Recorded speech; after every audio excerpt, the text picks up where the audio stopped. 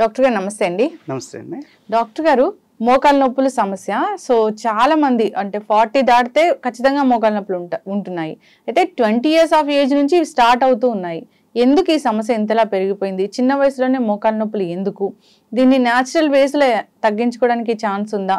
Pressure points అంటే ఏమున్నాయి? మోకాల నొప్పులు అండి న్యాచురోపతి మరియు ఆక్యుపంక్చర్ వైద్యం యూజ్ చేసి ఎటువంటి ఆపరేషన్ లేకుండా మనం mega life nature cure acupuncture క్లినిక్లో క్యూర్ చేస్తున్నామండి, న్యాచురల్గా, ప్రకృతి పరంగా. ఇకపోతే ఈ మోకాళ్ళ నొప్పులు అనేవి ఈ రోజుల్లో సర్వసాధారణం కనపడుతున్నటువంటి ఒక పెద్ద సమస్య అండి. ఒక 70 నుంచి 80% మంది ప్రజల్లో అది మధ్య వయస్కుల పెద్దవారా అనేది తారతమ్యం లేకుండా, తేడా లేకుండా మోకాళ్ళ నొప్పులు అనేది కనబడుతున్నాయండి. ప్రజల్లో విపరీతంగా బాధపడుతున్నారండి. యాక్చువల్గా 50+ 50 సంవత్సరాల తర్వాత ఆ మోకాల్లో కార్ట్లేజ్ అరిగిపోయి, ఇప్పుడు మోకాలు ఉందనుకోండి, ఈ మోకాలు అనేది ఇలా ఫ్లెక్సిబుల్గా ఉండాలి. మనం ఏదన్నా మంచి మోకాళ్ళ నొప్పులు లేనప్పుడు ఎక్స్రే తీపిస్తే ఈ రెండింటి మధ్య గ్యాప్ కనబడుతుంది. ఈ మధ్యలో అది బ్లూ కలర్లో ఉన్నది మినెస్కస్ అంటాం. ఇవి సైడ్స్, ఇవి లిగ్మెంట్స్. ఇది తొడెముకండి. ఈ తొడెముకి రక్షణగా కార్ట్లేజ్ ఉంటుంది.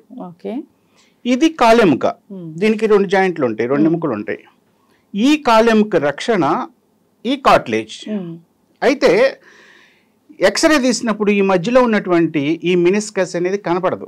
ఎప్పుడైతే 50 సంవత్సరాలు దాటిన ప్రజల్లో మోకాళ్ళ నొప్పులు స్టార్ట్ అయినప్పుడు ఎక్స్రే తీపిస్తే ఈ మినిస్కస్ కనపడదు, 2 కూడా జాయింట్ అయినట్టు ఉంటుంది.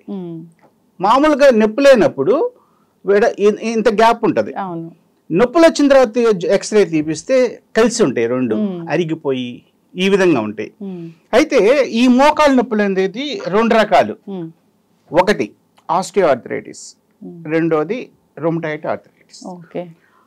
ఆస్టియోఆర్థరైటిస్ అనేది ఒక పెద్ద వాళ్ళల్లో ఏజ్ అయిపోయిన తర్వాత వచ్చేటువంటి ఆర్థరైటిస్. రుమటాయిడ్ ఆర్థరైటిస్ అనేది ఈ మోకాళ్ళ మధ్యలో నీరు పట్టి ఇన్ఫ్లమేషన్ వచ్చి అది ప్రతి జాయింట్ కింద యాక్చువల్గా ఆటో ఇమ్యూనిటీ సిస్టమ్ వలన ఈ రుమటాయిడ్ ఆర్థరైటిస్ అనేది వస్తుందండి.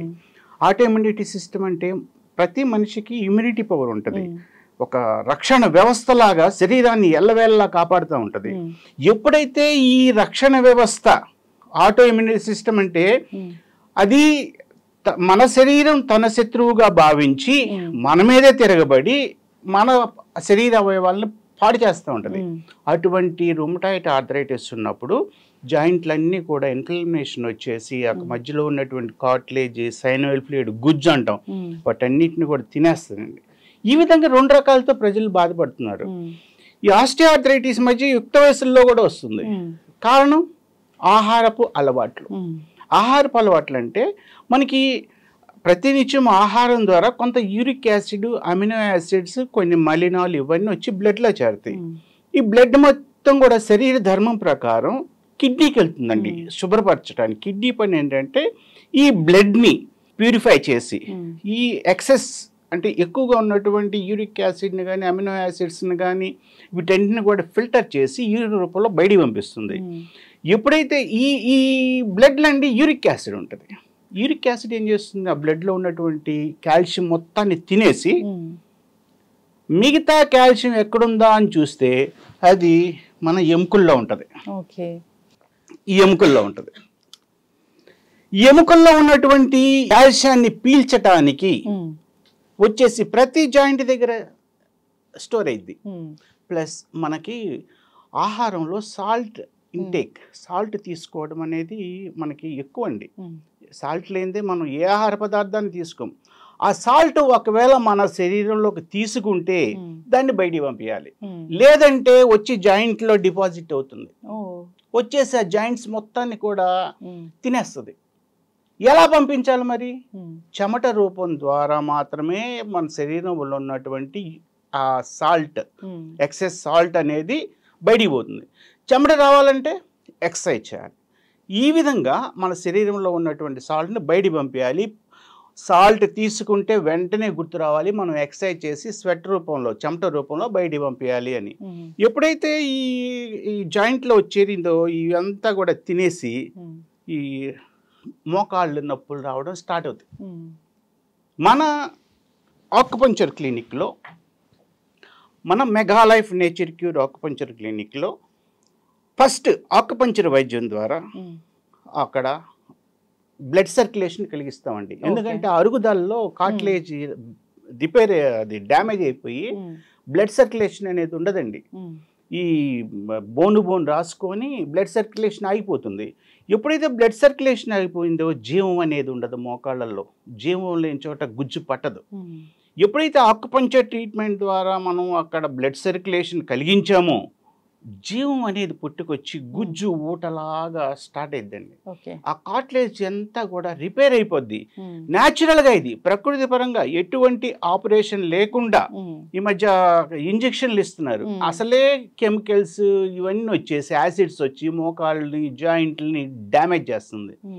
మళ్ళా ఈ ఇంజెక్షన్ల ద్వారా అందులో ఉన్నటువంటి కెమికల్స్ అన్నీ వెళ్ళి పర్మనెంట్గా మోకాళ్ళని, కొంతవరకు రిలీఫ్గా ఉన్న స్టార్టింగ్లో అది పర్మనెంట్గా మోకాళ్ళని పాడు చేస్తుందండి. అటువంటి కాదు, న్యాచురల్గా మన ప్రకృతి పరంగా మన శరీరాన్ని మనమే రిపేర్ చేసుకునేటట్లు చేస్తామండి మన mega life nature cure acupuncture క్లినిక్లో. ఈ విధంగా ఆక్యుపంక్చర్, న్యాచురోపతి ద్వారా కొంత హెర్బల్ యూజ్ చేసి అలైన్మెంట్లు ఉంటాయి. ఎందుకంటే మోకాళ్ళు ఇక్కడ కొంచెం నడిచినప్పుడు నొప్పి పుట్టింది అనుకోండి, కొంచెం పక్కకేసి నడుస్తాం. ఎప్పుడైతే పక్కకేసి నడిచామో కొంచెం హాయిగా ఉంటుంది. అందుకని అక్కడే నడుస్తుంటాం. కొంత టైంకి అది కూడా అరిగిపోతుంది, అక్కడ నొప్పి స్టార్ట్ అవుతుంది. అలా ఎలా ఉండాల్సిన మోకాలు ఏమవుతుంది, అలైన్మెంట్ తప్పిపోయి పక్కకు వచ్చేస్తుంది. దీన్ని సెట్ చేస్తాం, అలైన్మెంట్ చేస్తాం. ఈ వైద్యంలో, ఆక్యుపంక్చర్ వైద్యంలో న్యాచురల్గా గుజ్జు పెట్టి పాడైపోయినటువంటి కార్టిలేజ్ రిపేర్ అయ్యి అలైన్మెంట్ సెట్ చేయటం ద్వారా ముందు ఎలా నడిచారో ఏజ్డ్ పీపుల్ కూడా, మధ్య వయస్కులకి ఆటోమేటిక్గా ఇది 100% సపోర్ట్ చేస్తుంది శరీరం. పెద్ద వయస్కుల్లో కూడా వాళ్ళ శరీరాన్ని సపోర్ట్ చేసేటట్టు చేసి ఈ వైద్యం ద్వారా ముందెట్లయితే నొప్పి లేకుండా నడిచారో ఆ విధంగా మనం ఆక్యుపంక్చర్ వైద్య విధానం, న్యాచురోపతి వైద్య విధానం ద్వారా మోకాళ్ళ నొప్పులు అనేది 100కి 100% పర్మనెంట్గా తగ్గిస్తున్నామండి. Yes, thank you so much doctor గారు, చాలా చక్కగా చెప్పారండి. ఈ ట్రీట్మెంట్ అంటే మందులు ఎక్కువగా ఉండవు, సో అంతేకాదు న్యాచురల్ వేస్ కాబట్టి సో సైడ్ ఎఫెక్ట్స్ అనేవి ఏమి ఉండవు. సో అక్యుపంక్చర్ వైద్య విధానం అనేది ఇప్పటిది కాదు, చాలా పురాతనమైంది. సో చాలా అడ్వాన్స్గా దీన్ని మీరు ఇక్కడ ప్రవేశపెట్టి ట్రీట్మెంట్స్ అనేవి ఇస్తూ ఉన్నారు. సో కాల్ చేయాలని కోరుకున్నాం, కాంటాక్ట్ చేయాలని కోరుకున్నాం ఎవరైనా మోకాళ్ళ నొప్పులతో ఇబ్బంది పడుతున్న వాళ్ళు. చక్కటి ఇన్ఫర్మేషన్ అండి, ధన్యవాదాలు. Thank you so much.